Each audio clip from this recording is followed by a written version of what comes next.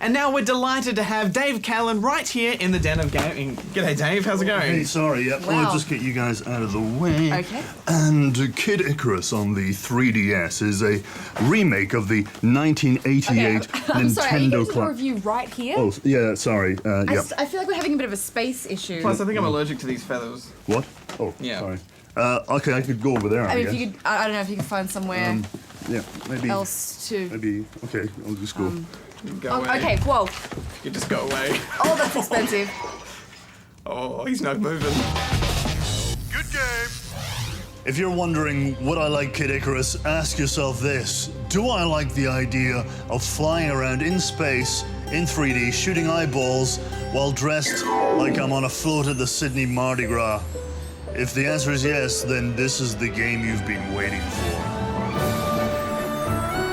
Kid Icarus is based on the legend of Icarus, who had a set of wings made out of feathers and wax. His father warned him don't fly too close to the sun, but he got carried away with all the soaring and stuff, and the wax melted and he fell to the ground, which was bad because in those days, people didn't wear crash helmets, just tiny laurel wreaths. You have no idea how embarrassing it is to be an angel who can't fly on his own. The first thought I had playing this game was, oh my god, it's Space Harrier. You get that when you've played through the entire history of video games. The first game I ever played was in 1977. It was Space Invaders. I was standing on a crate when I was 3. Seriously, don't do the maths on that. Anyway, Space Harrier was one of the first front-facing rail shooters, and this is a welcome return. Each level starts airborne, then goes into a ground-wandering bash-em-up Zelda style, then boss fight. Rinse and repeat 25 times, add a shed load of unlockables and a strong multiplayer mode, and that's Kid Icarus. Yeah! Victory is mine! This was just our first step in defeating Medusa. It also gets a tiny bit Dark Souls at one point. Not too Dark Souls, obviously, because, as you know, Dark Souls was the Gone with the Wind of rage quitting, and handhelds can be thrown through windows. Also, I'm going to go ahead and say this. I like glasses-free 3D, in the same way that I like public transport. I don't always use it, but I'm glad it's there. And if you stay on it too long, it will get annoying. Also, it smells faintly of wee. You get a little plastic stand with the game. Now, I didn't think, oh, what a lovely free gift. I thought, the controls must be bung. Which is 100% accurate, because you have to aim with the stylus, you have to hold the 3DS in your left hand, bearing all the weight. This is a one-way trip to a medical condition I identified back in the DSi days as DSi RSI. So you've got two choices, either get RSI or hunch over the console like Quasimodo. Neither are great, but this bad boy doesn't even support the Circle Pad Pro, which I sort of bought especially to play this with.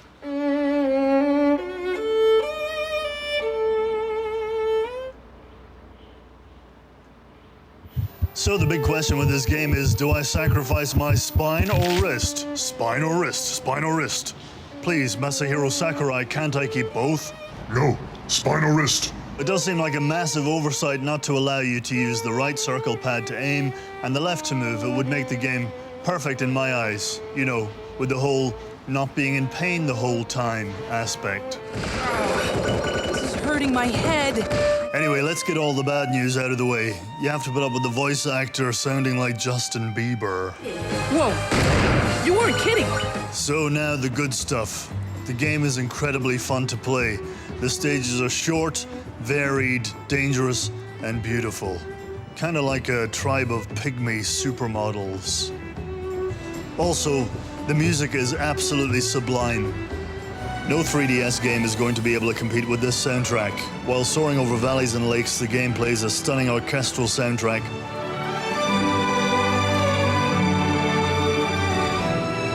And while in the underworld, a Spanish flamenco guitar ominously strums your incoming doom.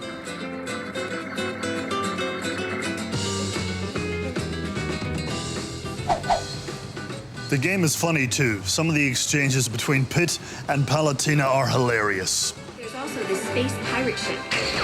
Wait, what? You know, a pirate ship in space. Its crew travels the galactic sea, robbing the heavens of constellations. That's awesome. I mean, evil. Oh yes, I should mention the hero is called Pit, not Icarus, which is slightly confusing. Also not sure why an angel needs a guardian angel, but there you go. Does the mirror copy the reflection of soul too? Or just the body? That's a good question. Maybe Pandora will tell us. Do I look like a strategy guide? The game has many of these self-referential moments and is quite entertaining. However, Palatina and some of the other characters who provide radio chatter will not shut up. And speak of the devil, there he is. He can fly? I think the only one who can't fly by himself is you. Ouch. Which is okay as they're mostly helpful and funny, but you may be reaching for the volume slider as much as the 3D slider when it all gets too much. Also, the game's weird, like super weird. Enemies include eyeballs, Groucho Marx disguises, and Audrey's from the Little Shop of Horrors. Not this guy. Also, in level 3, an assailant, instead of shooting you like a normal evil person, he fires an orb that turns you into an eggplant. An eggplant? Well, what am I going to do? Not sure if you've ever been an eggplant in a third-person shooter before, but let me tell you, it's a big disadvantage. It's funny. It's okay to laugh. Eggplants, you see, have little to no combat skills, so you have to waddle around until it wears off. In the meantime, our vegetable mancer friend is charging up his eggplant ray again. I coined a new phrase for this, which is part entertainment, part annoying. Internoying. But I don't want to be an eggplant again. Another gaming first is one of the bosses compliments you as they die. Look how far you've come, Pit. I'm proud of you. You don't usually meet such nice bosses. There are some really cool movements in this game. Level 5 was particularly fun as it was a tribute, intentionally or not, to the 1998 Star Wars trilogy arcade Return of the Jedi Exhaust Port Run. Really similar graphically and structurally. Such a nice surprise. Also, there are even little rail grindy bits like Sonic 3D, and the boss fights are classic Nintendo fare like Mario or Zelda. You even get to fight your own evil twin.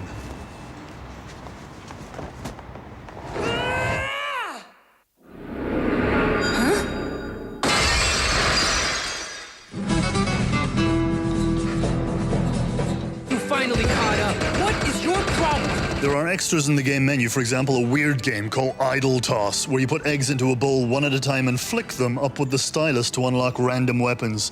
These weapons can be fused together or traded for hearts, with which you can buy more weapons. There are so many to unlock and combine and trade, you'll be kept busy for ages.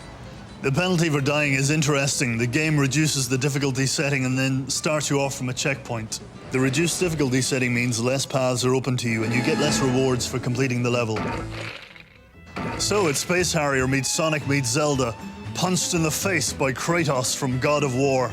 Add a dash of RSI and a potential herniated disc, and you have Kid Icarus Uprising. Kudos to Nintendo for breathing some amazing life into a derelict IP. I had a really good time with this title, I just wish my left wrist felt the same.